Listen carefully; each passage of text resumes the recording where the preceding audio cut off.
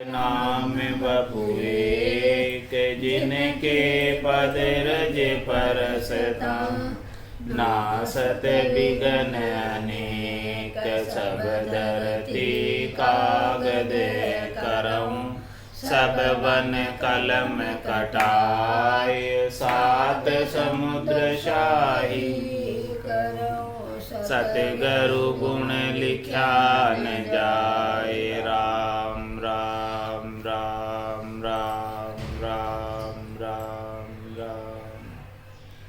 आप सभी के अंदर विराजमान परमात्मा के पावन चरण प्रणाम। राम नाम से आनंद श्री सद्गुरु सुखराम जी महाराज की अणबे वाणी ज्ञान गोष्ठी का अंग चल रहा है। हरि किशन जी के साथ महाराज ज्ञान गोष्ठी का अंग बता रहे हैं, फरमा रहे हैं, कह रहे हैं। तत् आहार द्वार सब भाग्या तामे कछु संदेह न राख्या अब में या भूजूं गुरु राय प्रकट आहार कहाँ ले भाई। महाराज फरमाने कि अब मैं पूछता हूँ कि ये प्रकृति जो है कहाँ से आहार लेती है। हे शिष्य हस्त आहार चालन को कहिए मेदा आहार धावनो सहिए त्वचा नावण कैसे सुलझाया नाड़ी आहार हुलसन भाया। ये जो अपने अंदर प्रकृति है जिससे शरीर अपना बना हुआ है, इसको पुष्टि कहाँ से प्राप्त होती है, क्या क्या करना चाहिए इस शरीर को स्वस्थ रखने के लिए, ताकि आप भजन कर सको। इस शरीर से, स्वस्थ शरीर से ही भजन संभव है। इसीलिए महाराज माने कि शरीर को स्वस्थ रखने के लिए अस्थियों का आहार चलना चाहिए। अस्थियों को जब तक चलाते रहोगे, अस्थियों को जब तक हिलाते रहोगे, डुलाते रहोगे, तब तक वो अस्थियाँ अपना कार्य करती रहेगी। उनको मोड़ते रहो, उनको घुमाते रहो, उनको चलाते रहो। इस प्रकार से योगासन, प्राणायाम सब कुछ करते रहना चाहिए, ताकि ये सारी हड्डियाँ, अस्थियाँ, सभी जॉइंट मूवमेंट करते रहे, तो इससे वो फ्री रहे, उनको जंग नहीं लगे और वो हार्ड नहीं हो जाए। इन सब को घुमाते रहेंगे, इन सब को चलाते रहेंगे, तो सभी अस्थियाँ स्वस्थ रहेगी, और स्वस्थ अस्थियाँ रहेगी तो शरीर स्वस्थ रहेगा। पूरे शरीर का आधार ही अस्थियाँ हैं। अस्थियों के ऊपर ही ये शरीर टिका हुआ है। इनमें जो मूल चीज़ है वो आधार अस्थियाँ हैं, जिसके ऊपर ये, मतलब अस्थियाँ समझो शरीर की नींव है। अंदर जितना लोहा होता है मकान बनाने के लिए, वो सब लोहे के रूप में शरीर के अंदर अस्थियाँ हैं। तो हे शिष्य अस्तहार चालन को कहिए। इस प्रकार से जब चलोगे, हिलोगे, डुलोगे, फिरोगे, कुछ न कुछ एक्टिविटी शरीर से करते रहोगे, तब महाराज माने कि इन अस्थियों को आहार प्राप्त हो जाएगा, इन अस्थियों को पोषण प्राप्त हो जाएगा, और जहाँ जहाँ ताकत की ज़रूरत है वहाँ वहाँ ताकत पहुँच जाएगी, और आपका शरीर रूपी मशीन सही ढंग से कार्य करती रहेगी। तो हे शिष्य अस्तहार चालन को कहिए मेदा आहार धावनों सहिए। आपके अंदर हष्टपुष्ट होना है, अंदर से कांतिवान होना है, मांस की अधिकता अंदर हो जाए तो उसके लिए दौड़ लगानी पड़ेगी। खूब तेज गति से दौड़ लगाओ, तो दौड़ लगाओगे तो आपका शरीर जो है अंदर से पुष्ट हो जाएगा, मांस अंदर से एकदम भरपूर जाएगा। तो दौड़ लगाओगे तो इस प्रकार से स्थिति अच्छी हो जाएगी शरीर की। और त्वचा नावण के सुलझाए, और त्वचा को स्वस्थ रखना है तो इसके लिए प्रतिदिन स्नान करना चाहिए, और स्नान करके जब जाके ये त्वचा स्वस्थ रह सकती है। नहीं तो इस त्वचा में अनेक प्रकार के विकार है, अनेक प्रकार के बैक्टीरिया हैं, वो पनप जाते हैं, नहीं नहाते हैं। तो उन सब विकारों को, बैक्टीरिया को से बचने के लिए अपने को प्रतिदिन नहाना चाहिए। और इसके बाद महाराज हमारे केसों को स्वस्थ रखना है तो केसों को हमेशा सुलझा के रखो, उलझा के मत रखो। केस सुलझे हुए रहेंगे तो वो टूटेंगे नहीं, उलझ कर केस टूट जाते हैं और फिर वो नुकसान हो जाता है केसों का। नाड़ी आहार हुलसण बाया। महाराज में आपके शरीर के अंदर जितनी भी नाड़ियाँ हैं, इस नाड़ी, इस तंत्रिका तंत्र, नाड़ी तंत्र को स्वस्थ रखना है, इन सब नाड़ियों को नियमित रखना है। तो इसके लिए हमेशा प्रसन्न बने रहना, हमेशा खुशी बनी रहे अंदर। खुशी होने के लिए आपको क्या चाहिए? महाराज बिना ही किसी चाहना के खुश होना, कोई चाहना नहीं, कोई इच्छा नहीं, बिना ही चाहना के हमेशा आप खुश हो। खुश होने के लिए कोई चीज़ नहीं चाहिए कि ये चीज़ मिलेगी तो मैं खुश होऊंगा। तो बिना चाहना के कोई हमेशा प्रसन्न रहे, हमेशा बिना चाहना के कोई हमेशा खुश रहे। जिसके चाहना नहीं है वही खुश रह सकता, और जिसके चाहना है तो वो चाहना को लेकर दुखी हो जाता है कि ये चीज़ तो मेरे पास है ही नहीं, तो उसे दुख हो जाता। तो महाराज फरमा रहे हैं कि खुश होने का एक ही उपाय है कि चाहना से रहित हो जाओ, इच्छा से रहित हो जाओ। और जाए विधि राखे राम, ताई विधि रही। विधि का विधान मान, हानि लाभ सही है। राम राम राम राम राम राम कहिए, उस भजन करते रहो और प्रसन्नता को प्राप्त होते रहो। भजन के माध्यम से, घट पर्चों से भीतर से आनंद की अनुभूति होने लगेगी, भीतर से खुशी आनंद झलकने लगेगा। और भजन के प्रताप से सुखमणा जब खुल जाती है, जागृत हो जाती है, तो सुखमणा में से अमृत जलने लगता है। तो वो भी खुशी देता है, वो भी आनंद देता है, वो भी प्रसन्नता देता है। जितना ज़्यादा भजन होगा उतना ज़्यादा खुशी आनंद प्रसन्नता घट के भीतर बढ़ेगी, क्योंकि सुखमणा में से अमृत जल रहा है। वो अमृत का जो हार्मोन है वो सेरोटोनिन है, और वो हार्मोन जो है खुशी देता है, प्रसन्नता देता है, आनंद देता है। तो इसी कारण से महाराज फरमा रहे हैं कि नाड़ियों को आहार, नाड़ियों को स्वस्थ रखना है। जिनके अंदर रक्त बहता है, ऐसे नाड़ियों को स्वस्थ रखने के लिए खुशी ही एक उपाय है, हुलसण ही एक उपाय है, दूसरा और कोई उपाय है नहीं। और खुशी संतोष से, प्रसन्नता से भजन करने से प्राप्त होती है। और इसके आगे अब महाराज और दूसरे तत्वों का आहार बता रहे हैं कि और ये प्रकृतियाँ जो है कहाँ कहाँ से आहार को प्राप्त करती है। मूत्र आहार खोल बहो होई, खटपन आहार थूक को सोई। परसवे को वाये कुवावे, लार आहार धूप ले खावे। और महाराज फरमाने के देखो, मूत्र आहार खोल बहो यानी उसको निकाल दो। तब मूत्र जब शरीर से, ये ताज्य पदार्थ है, इसको त्याग देना ही श्रेष्ठ है। तो महाराज फरमा रहे हैं कि वहाँ से जब भी आपको मूत्र का वेग आ रहा हो तो उस वेग को रोकना नहीं चाहिए, उसको तुरंत ही निकाल देना चाहिए। और निकाल दोगे तो स्वस्थ हो जाएगा शरीर, और नहीं निकालोगे तो अंदर कई प्रकार की अस्वस्थता पैदा हो जाएगी शरीर में। तो मूत्र आहार खोल बो होई, खटपन आहार थूक को सोई। और महाराज में खटपन आहार थूक को सोई, खट्टापन आ रहा है तो वो महाराज में थूक को सोई। थूक जो है, थूक का आहार है खट्टापन। खट्टापन से कोई खट्टी चीज़ खाओ तो वो थूक, उसमें लार बनने लगती है खट्टी चीज़ से, वो थूक का आहार है खटपन। खट्टापन कोई चीज़ है, खट्टी चीज़ कोई खाओ तो उसमें थूक बनने लगता है। पर सवे को वाये कुवावे, और माथे पसीना आ रहा है तो पसीने का क्या आहार है? पसीना किससे ठीक होगा?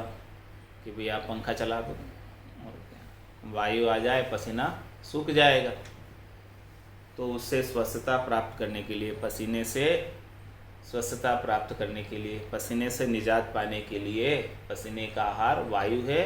वायु आपके चलने लग जाए तो वो पसीना जो है सूख जाएगा तुरंत और सही हो जाएगा शरीर।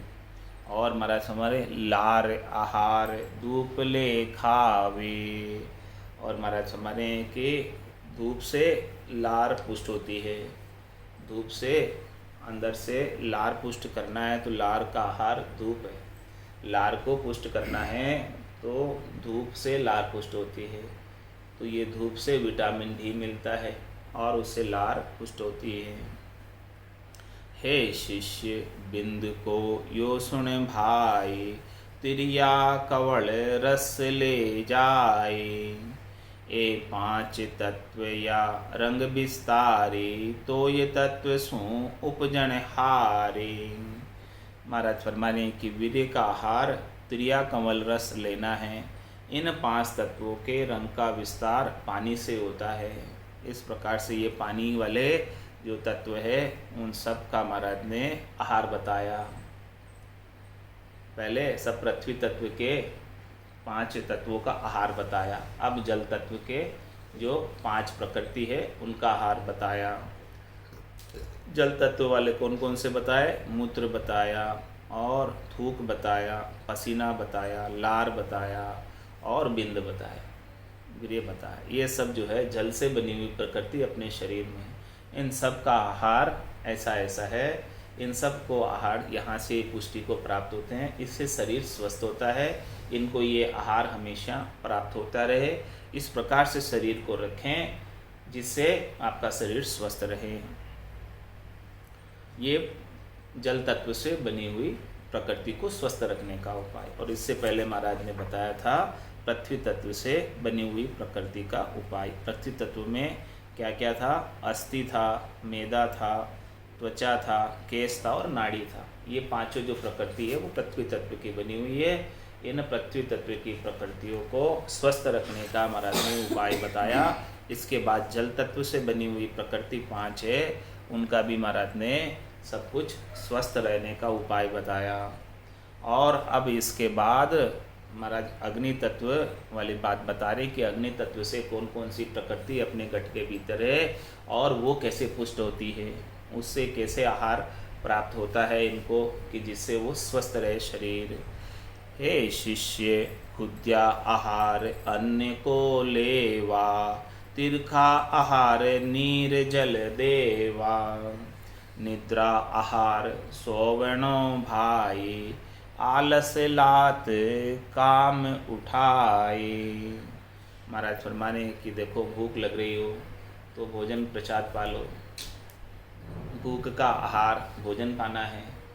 जब गट के भीतर अग्नि तत्व यानी जठरा अग्नि जागृत हो जाए तब भोजन पा लेना चाहिए। भूख न देखे रूखा भोजन। जब बहुत अच्छी भूख लग रही हो, जब अंदर जठरा अग्नि जागृत हो तेज, उस समय कैसा भी रूखा सूखा भोजन प्राप्त हो जाए कर लेना चाहिए। उस समय वो रूखा सूखा भोजन भी बहुत अच्छा लगता है, बहुत मीठा लगता है। और जब भूख नहीं हो, भूख लगी नहीं हो, तब आपके सामने 56 भोग लाकर परोसे जाए तो वो भी अच्छे नहीं लगेंगे। तो महाराज फरमाने कि जब भूख लगे तभी अन्न का आहार लेना चाहिए। बिना भूख में अन्न का आहार नहीं करना चाहिए, नहीं तो वो पचेगा नहीं, सड़ेगा। इसीलिए महाराज फरमाने हे शिष्य खुद्या आहार अन्न को लेवो।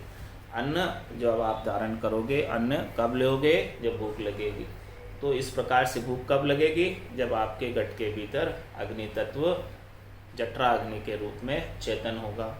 इसकी भी शरीर की अपनी बायो घड़ी होती है। समय समय पर बिल्कुल फिक्स समय पर भूख लगती है। भूख कब लगती है? हर दिन फिक्स समय पर भूख लगती है। भूख लगने का समय हमेशा फिक्स होता है। शरीर की अपनी बायो घड़ी होती है, उस बायो घड़ी के अनुसार भूख लगती है। तो व्यक्ति को अपने भोजन का समय भी निश्चित रखना चाहिए। एक निश्चित समय पर उसे भोजन कर लेना चाहिए। प्रतिदिन निश्चित समय से भोजन करोगे तो वो निश्चित समय पर ही वो उसके अंदर से हार्मोन स्रावित होते हैं जिससे वो भोजन पचता है। इस प्रकार से अग्नि तत्व अपनी बायो घड़ी के अनुसार उस निश्चित समय पर भूख लगती है। वो भूख का समय निकल जाएगा, भोजन का समय निकल जाएगा तो फिर वो भूख उस समय फिर मर जाती। फिर बाद में भोजन करते हैं तो वो इतना अंग नहीं लगता, गुण नहीं करता।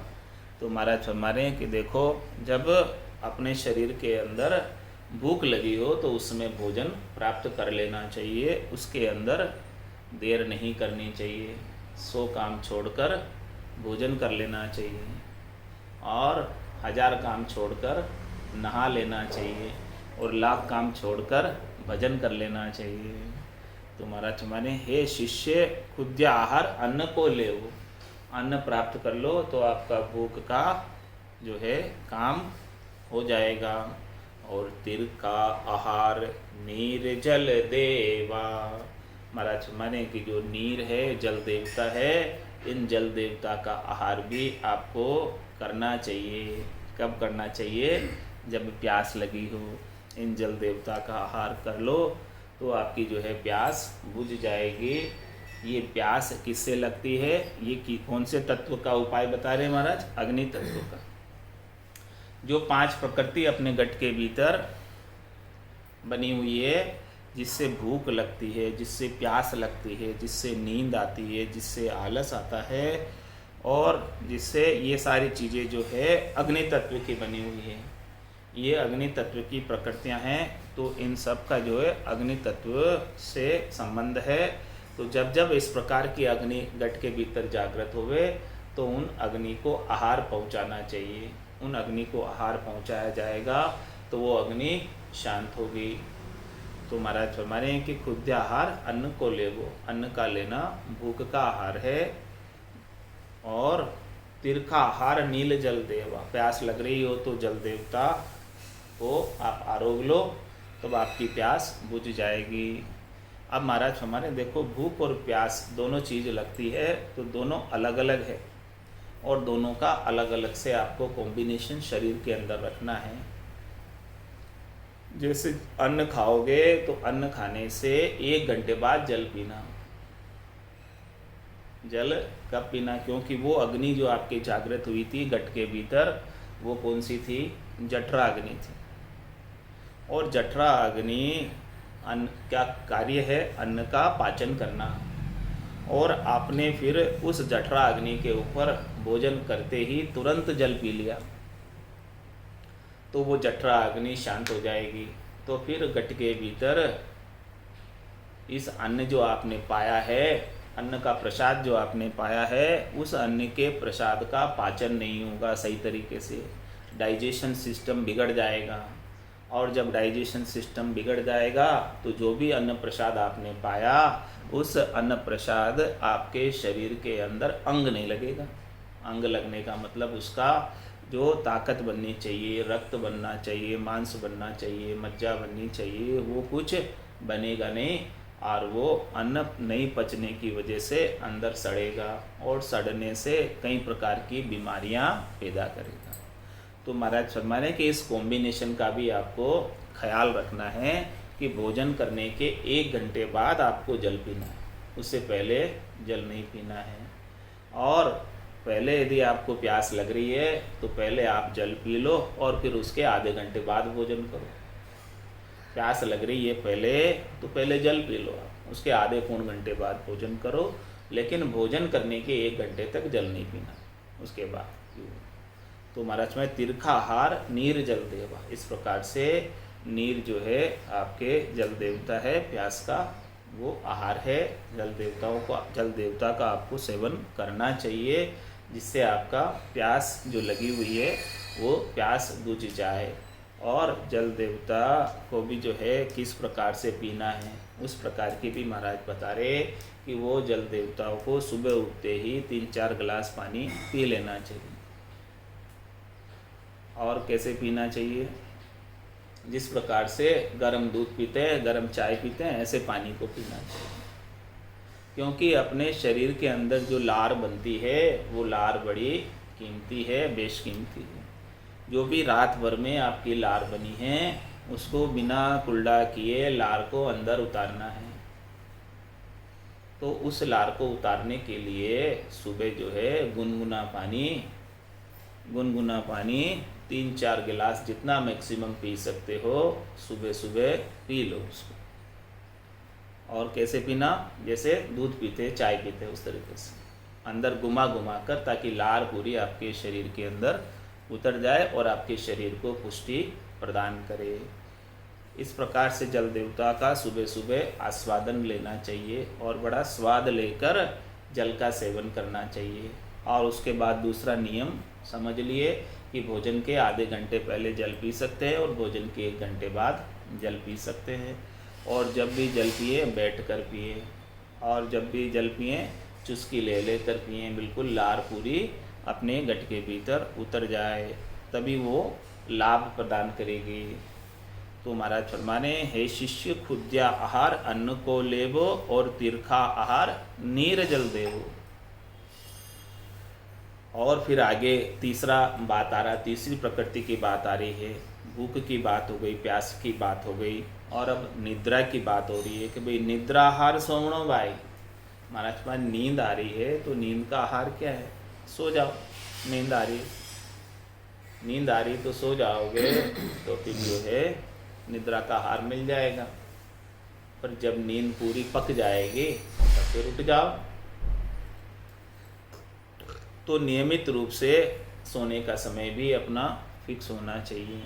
Early to bed early to rise, it's make healthy wealthy and wise. महाराज माए रात को जल्दी सो जाओ, सूर्यास्त के थोड़ी देर बाद ही सो जाना चाहिए, और सुबह सूर्य उदय होने से पहले उठ जाना चाहिए। ब्रह्म वेला के अंदर 3 बजे नहीं तो 4 बजे, 3 से 4 के बीच, ज़्यादा से ज़्यादा 5 बजे तक उठ जाओ। और सोने का समय क्या बताया महाराज ने? 9 बजे, 9 से 10 के बीच सो जाओ रात को, इससे ज़्यादा नहीं जगना चाहिए। तो निद्रा आहार सोवणो भाई, जल्दी सो जाओ और जल्दी उठ जाओ। ब्रह्म वेला में कोई उठकर भजन करे तो महाराज हमारे मुरली मोजा भजन की कीजे लीजे ढलती रात, और 600 गुणा फल होते उगनते प्रभात। जब प्रभात होती है तो उसका कितना गुणा फल होता है? 600 गुणा फल होता है, 1000 गुणा फल प्राप्त होता है।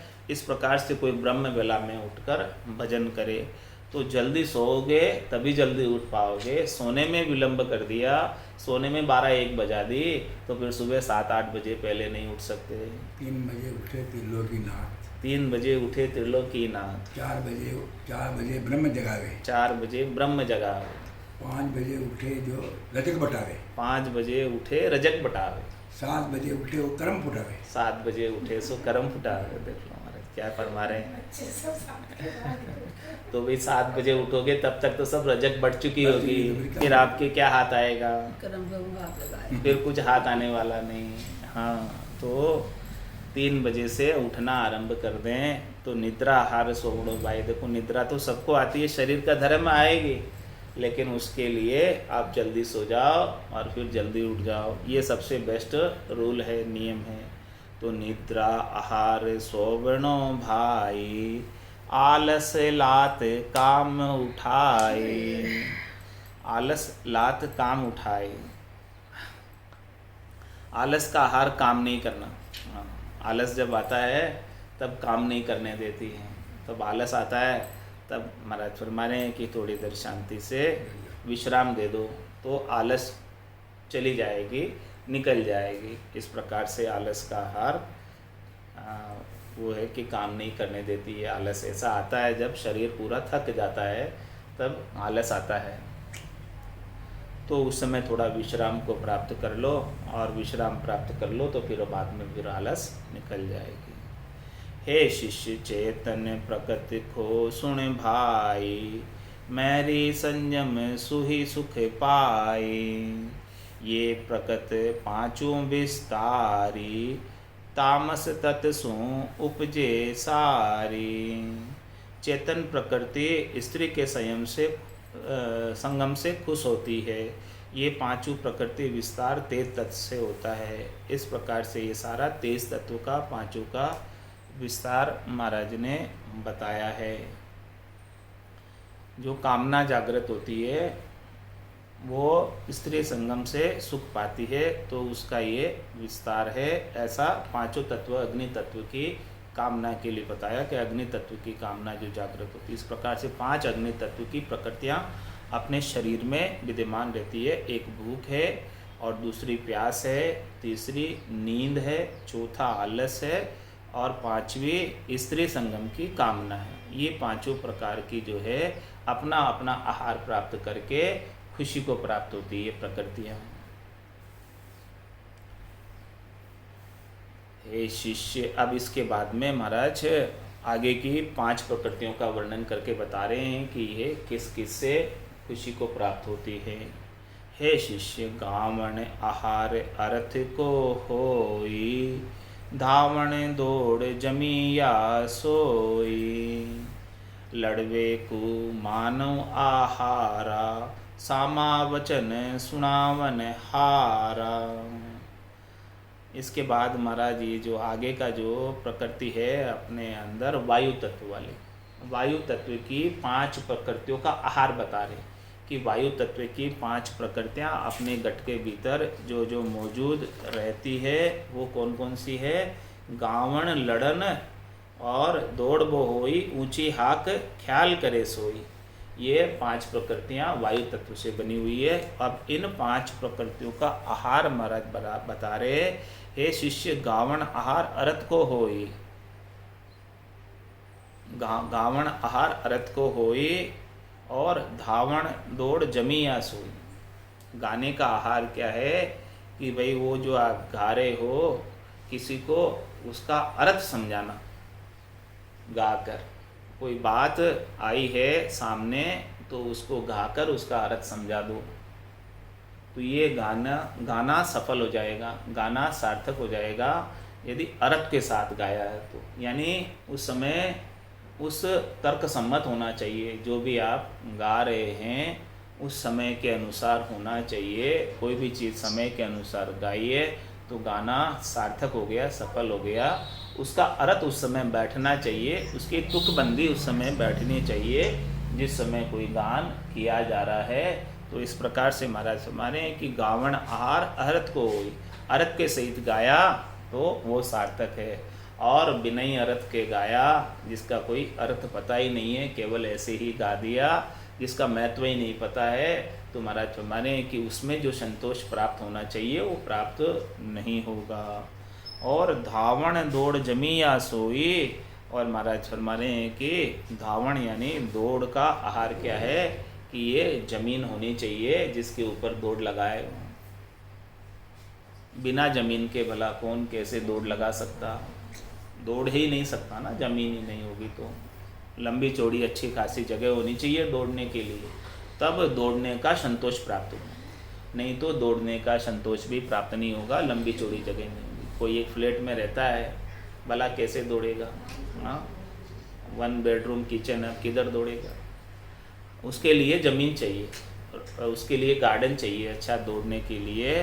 तो महाराज माने कि दौड़ना भी हो कभी तो पक्की सड़क पर नहीं दौड़ना चाहिए। पक्की सड़क पर दौड़ने से हड्डियां विकृत हो जाती है, और कच्ची ज़मीन पर दौड़ना चाहिए। तो महाराज माने कि देखो आपको दौड़ने का सुख लेना है तो कच्ची ज़मीन हो या घास हो, वहाँ पर गार्डन बना हुआ हो तो उसके ऊपर दौड़ लगानी चाहिए, जिससे आपकी हड्डियां भी पुष्ट हो, मांस मज्जा भी अंदर पुष्ट हो, और ये वायु तत्व जो आपके अंदर है ऑक्सीजन, वो भी आपके अंदर उसका लेवल बढ़े। अभी जैसे ऑक्सीजन का लेवल ऑक्सीमीटर से चेक कर पाते हैं, इस प्रकार से दौड़ लगाने के बाद आपके अंदर ऑक्सीजन ग्रहण करने की क्षमता भी बढ़ जाती है। तो महाराज मान इस प्रकार से दौड़ने की क्षमता यदि अपने अंदर विकसित हो जाए तो आपका जो वायु तत्व है, ये प्रकृति आपके अंदर है, वो ऑक्सीजन की मात्रा को आपके अंदर विस्तार को पाएगी। तो वो उसका आहार है। दौड़ लगाने से क्षमता बढ़ेगी ऑक्सीजन की गट के भीतर। और महाराज में लड़वे को मानव आहारा, सामा बचन सुनावन हारा। महाराज फरमाने कि लड़ने का क्या आहार है कि लड़ने के लिए एक तो सामने कोई होना चाहिए मानव जिसके साथ लड़ा जाए, कोई है ही नहीं, और वो लड़ने वाला जो है सामा वचन सुनाना चाहिए। जो वचन आप बोल रहे हैं उसके सामने कोई सामने वापस पलट कर जवाब दे तो फिर ये पलट कर जवाब देगा। इस प्रकार से वो लड़ना आरंभ हो जाएगा। तो लड़ने का आहार, लड़ना बढ़ाना हो किसी के अंदर तो किस प्रकार से बढ़ाए कि सामे वचन बोलते जाओ बोलते जाओ बोलते जाओ तो लड़ाई बढ़ती जाएगी। और सामे वचन कोई बोलना रुक जाए तो वो लड़ाई शांत हो जाती है। सामा वचन महाराज मैं सामा वचन सुनावन हारा, कोई सामने वचन सुनाने वाला होना चाहिए तो लड़ने को आहार मिल जाता।